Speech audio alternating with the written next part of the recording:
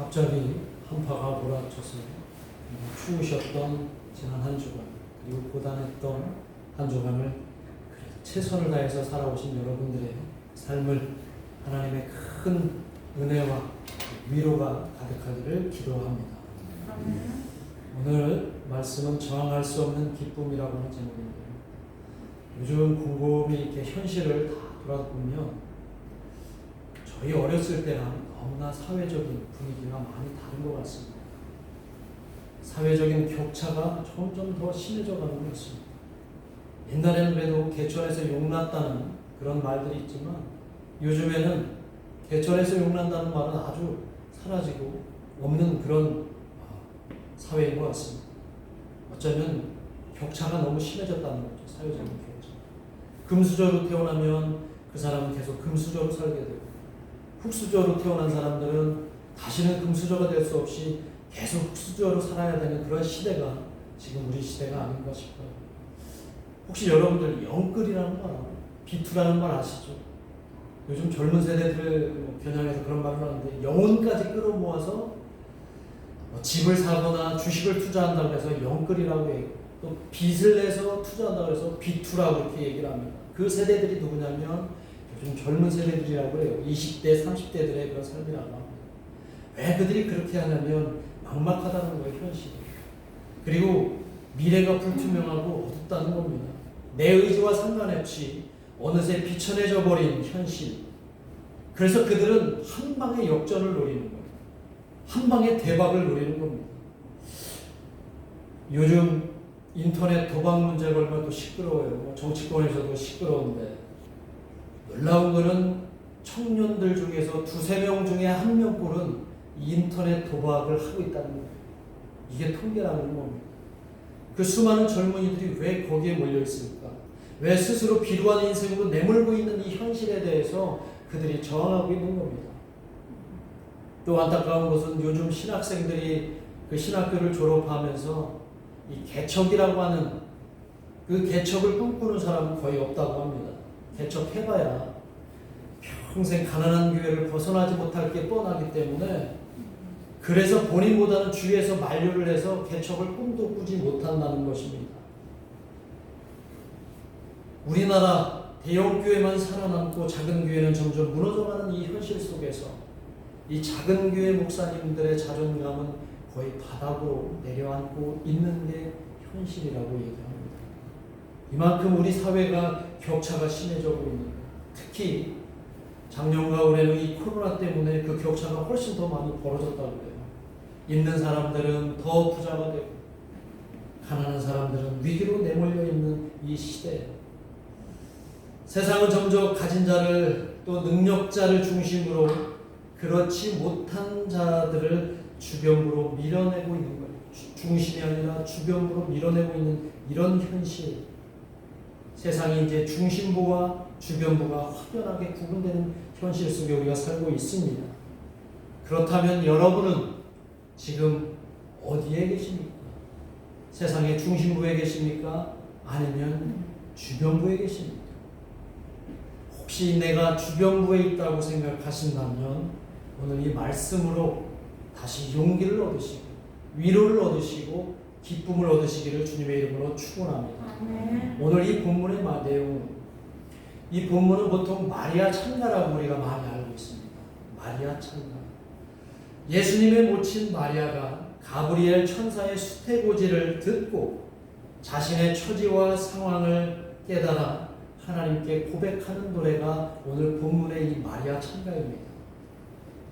찢어지게 가난한 동네 나사렛에서 나고 자란 이 마리아에게 가브리엘 천사가 나타나서 수태고지를 합니다.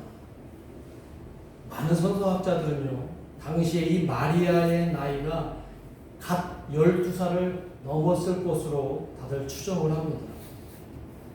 그녀에게는 본인의 의지와 상관없이 정혼자인 목수, 가난한 목수 요셉이 있습니다. 유대 관습에 따르면 12살을 넘긴 여성은 결혼이 가능합니다. 왜 그렇게 여성들이 그렇게 빨리 결혼을 할 수 있도록 해놨냐면 신랑의 지참금 때문이에요. 특히 가난한 사람들, 딸을 둔 가난한 집에서는 그 신랑의 지참금을 얻어서 연명하기 위해서 빨리 시집을 보내는 그런 관행들이 있었다고 합니다. 그러니까 여성이 재산으로 취급받던 시대였어요. 여성이 재산으로 취급받던 시대. 신랑이 지참금을 신부 집에다가 건네면 그때부터는 이 여성은 남자의 재산이 됩니다. 그런데 이런 약혼 중에 있던 마리아에게, 그 어린 소녀 마리아에게 가브리엘 천사가 나타나 수태고지를 하는 거예요. 이 청천벽력 같은 소리가 아닙니까? 그 어린 소녀가 잉태할 거라는 그런 천사의 그 고지를 들으니 얼마나 충격이었겠어요. 요셉과 잠자리도 하지 않았는데 임신이라니. 신명기 법에 따르면 결혼하기 전에 다른 남자와 동침하여 아이를 잉태하면 그 남자와 여자를 돌로 쳐 죽인다는 그런 법이 있는 그런 유대 사회였습니다. 그렇다면 지금 어린 마리아의 상황은 최악의 상황입니다. 약혼 중에 있던 가난한 어린 소녀 마리아에게 가브리엘 천사가 나타나서 수태고지를 합니다. 이런 최악의 상황에서 마리아가 어떻게 오늘 본문에 봅니까? 기쁨으로 하나님을 노래합니다. 하나님을 찬양합니다. 자신의 상황을 오히려 기뻐하며 찬양합니다. 혹시 어떻게 머리가 된 건 아닌지 의심될 정도로 이 어린 소녀 마리아가 하나님을, 그 상황을 오히려 하나님께 찬양하며 기뻐하고 있어요. 너무나 절망적인 상황에서 허탈감이 만든 그런 헛웃음이 아니라 진정한 기쁨의 노래를 지금 하고 있는 겁니다. 어떻게 이게 가능할까? 여러분이라면 이런 상황에서 정말 기쁨의 노래가 나올 수 있을까요?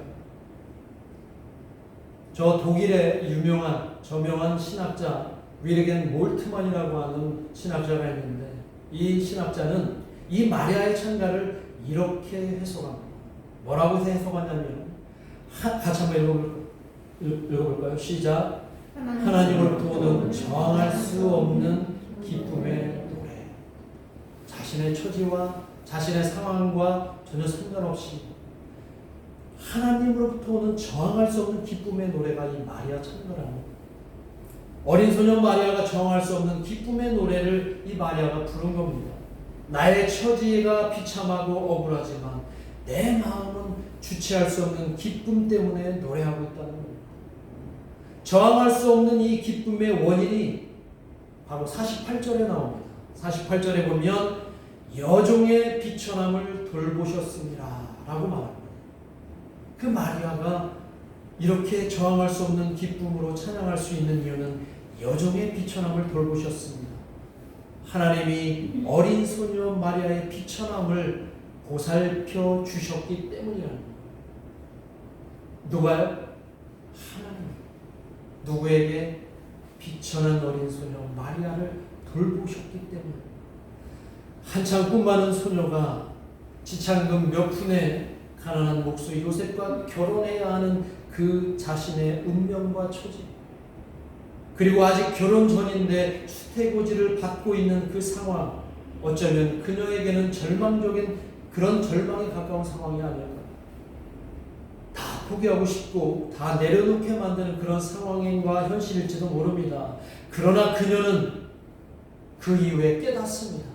수태고지를 받고 그 이후에 자신의 현실 너머에 계신 하나님의 뜻을 깨닫는 것. 그리고 나서 마리아는 정할 수 없는 기쁨의 경도가 되는 겁니다. 하나님이 정말 비천하고 아무것도 아닌 나 같은 것을 보살피고 계시다니, 이보다 더 기쁜 일이 어디 있단 말인가. 이것으로 하나님께 지금 영광과 찬양을 돌리는 겁니다.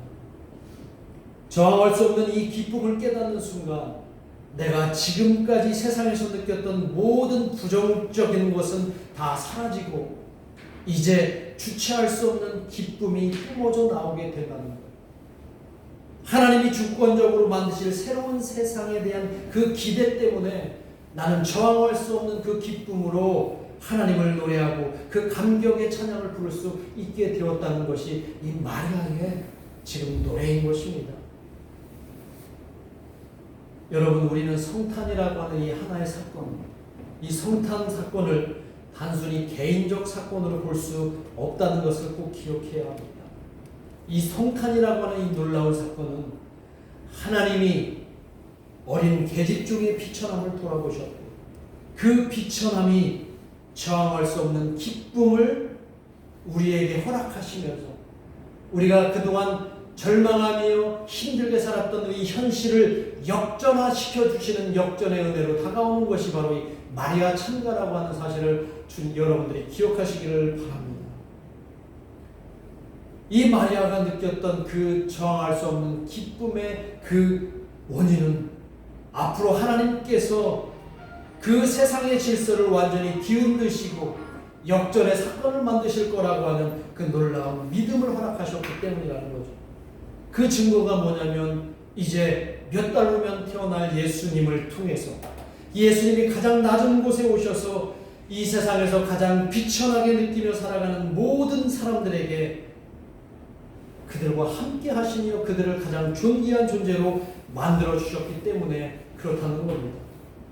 바로 하나님의 자녀로 그들을 부르셔서 이제 하나님의 자녀로 부름받은 사람들은 주님과 함께라면 그곳이 사막이나 빈들이라도 그곳이 다 천국이 될 수 있다는 그런 소명을 그들에게 허락하셨기 때문이라는 거죠. 요즘 많이 힘드시죠? 연말이 되니까 올 한 해 뭐 딱히 해놓은 것도 없고 또 내년은 더 걱정이 되고 복잡한 생각들이 아마 많이 드실 것입니다. 오늘 이 마리아가 저항할 수 없었던 그 기쁨을 느꼈던 것처럼 여러분도 그 저항할 수 없는 기쁨을 찾아보시기를 주님의 이름으로 축원합니다. 먼지보다도 못한 흙보다도 못한 나를 존귀하신 하나님이 보살펴주고 계시다는 그 놀라운 사건을 여러분들이 경험하시면 얼마나 우리에게 큰 기쁨이 되겠습니까? 사도 바울도 바로 그런 기쁨을 감격해서 고린도 교회를 향해서 고백하는 그런 고백이 있는데 고린도전서 1장 27절에서 29절에 고백이 있습니다. 함께 같이 한번 이 말씀을 읽겠습니다. 시작. 그러나 하나님께서 세상에 미련한 것들을 택하사 지혜 있는 자들을 부끄럽게 하려 하시고 세상에 약한 것들을 택하사 강한 것들을 부끄럽게 하려 하시며 하나님께서 세상에 천한 것들과 멸시받는 것들과 없는 것들을 택하사 있는 것들을 폐하려 하시나니 이는 아무 육체도 하나님 앞에서 자랑하지 못하게 하려 하심이라. 이제 우리는 알아야 합니다. 또 알 수 있습니다. 하나님은 당신의 그 정권적인 사역을 이 세상의 중심부를 통해서 하시지 않고 바로 주변부에 있는 사람들을 통해서 일을 하신다는 것을 우리가 이제 알아야 합니다. 오히려 세상 주변부에 있는 비천한 저와 여러분, 아니 나를 통해서 일하시는 분이 바로 하나님이신 것을 기억하시기를 원합니다. 우리는 비록 주변부에 있는 이 세상이 그렇게 규정하고 있는 주변부에 있는 인생일지라도 우리를 통해서 이 세상을 바꾸실 존재라고 하는 것을 저와 여러분이 깨닫게 되신다면 이것이 우리가 저항할 수 없는 놀라운 기쁨의 은혜라는 것이고 이것이 바로 역전의 은혜라고 하는 것을 여러분들이 기억하시면 됩니다. 저항할 수 없는 기쁨에 사로잡힌 이 마리아가 하나님의 이 주권적인 역사가 어떻게 세상에 드러낸지 이어서 노래하는데요. 오늘 본문 51절에서 53절까지의 내용이 그것입니다. 같이 한번 읽겠습니다. 시작. 그의 팔로 힘을 보이사 마음의 생각이 교만한 자들을 흩으셨고 권세 있는 자를 그 위에서 내리치셨으니 비천한 자를 높이셨고 줄이는 자를 좋은 곳으로 배불리셨으며 부자는 빈손으로 보내셨도다. 이것이 바로 마리아가 기뻐할 수 있는 바로 역전의 은혜라는 것입니다. 이 세상이 높다고 하는 것을 하나님은 바꾸실 것이라는 것. 이 세상이 가장 좋은 가치라고 하는 것을 하나님은 그렇지 않고 하나님의 가치, 하나님의 나라의 가치로 바꾸시겠다는 것입니다.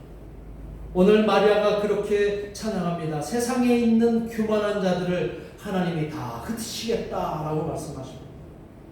이 교만한 자들이 누구일까요? 이 교만한 자들이 누구일까요? 이 교만한 자들은 하나님보다 세상적인 가치를 더 높이 축혀 세우고 숭배하는 자들이 바로 교만한 자들이라는 것입니다. 하나님의 뜻과 정반대로 살아가는 사람들이 바로 이 교만한 자들이라는 거예요. 하나님은 일찍이 창세기에서 그런 교만한 자들을 흩으셨던 경험이 있으십니다. 하나님과 같아지려고, 하나님과 높아지려고 쌓았던 그 바벨탑을 쌓았던 사람들을 하나님은 어떻게 하셨어요? 다 흩으셨던 것처럼 하나님은 이 시대에 교만한 사람들을 다 흩으시겠다고 이 마리아를 통해서 노래하고 계시는 겁니다. 물론 이 마리아가 노래했을 당시에 교만한 사람들은 어떤 사람들이냐면 로마에 빌붙어서 동족을 괴롭히는 유대인들과 종교 지도자들을 뜻하고는 있지만 지금 오늘날 우리의 현실 속에서 이 교만한 자들은 누구냐면 자본 권력으로 약자를 괴롭히고 있는 사람들이라는 거예요. 물질 문명에 하나님을 가두려고 하는 자들이 바로 교만한 자들이라는 것입니다. 하나님은 그 바벨탑을 쌓았던 자들을 흩으셨던 것처럼 바로 이런 교만한 자들을 흩으실 것이라고 이 마리아 찬가 속에 담겨져 있는 내용입니다. 이런 세상을 그들을 마음대로 할 수 있도록 하나님은 놔두지 않으시겠다는 겁니다. 누구를 통해서? 주변부에 있는 인생들을 통해서 주권적인 역사를 하나님께서 친히 하시겠다는 거예요.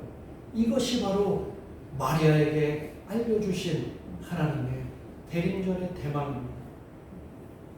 여러분, 우리 사람들끼리는 비천함과 귀함이 없어요. 그 비천함과 귀함을 나누는 것은 교만한 자들이 나누는 것이지, 우리는 하나님의 형상으로 하나님이 우리를 창조하신 존귀한 존재들이기 때문에 우리 사이에서는 귀함과 비천함이 없다는 것을 꼭 기억하시기 바랍니다. 대신에 우리는 하나님 앞에서 우리 존재가 바로 흙과 먼지와 같은 존재라는 것을 깨닫고 하나님 앞에서는 겸손해야 될 줄로 믿습니다. 하나님 앞에서는 겸손해야 합니다. 여러분, 이제 말씀을 맺겠습니다. 아무리 가난하고 아무리 처지가 안 좋다고 해서 절대 기죽지 마시기 바랍니다. 아멘 소리가 작네요. 기죽지 마시기 바랍니다. 아멘. 저도 작은 교회라고 해서 기죽지 않겠습니다. 아멘. 왜냐? 우리는 하나님의 주권적인 역사를 우리를 통해서 행하는 자들이기 때문이라는 것이죠. 이 대림절에 우리 모두 역전의 은혜를 기대하시고 저항할 수 없는 기쁨으로 이번 한 주간을 여러분들이 사시기를 주님의 이름으로 축원합니다. 아멘. 기도하겠습니다. 우리 합심해서 기도하겠습니다. 대림절과 성탄의 이 사건, 간단한 사건이 아니라 진정으로 하나님께서 나를 통해서 주권적인 역사를, 주권적 사역을 펼치시는 놀라운 은혜의 시간인 것을 기억하시면서 여러분은 기죽지 말고 당당하게 하나님의 사람으로, 존귀한 사람으로 이 땅을 살아가실 것을 하나님께 의뢰하며 이 시간 간절히 기도하겠습니다. 기도하시겠습니다. 하나님 아버지, 오늘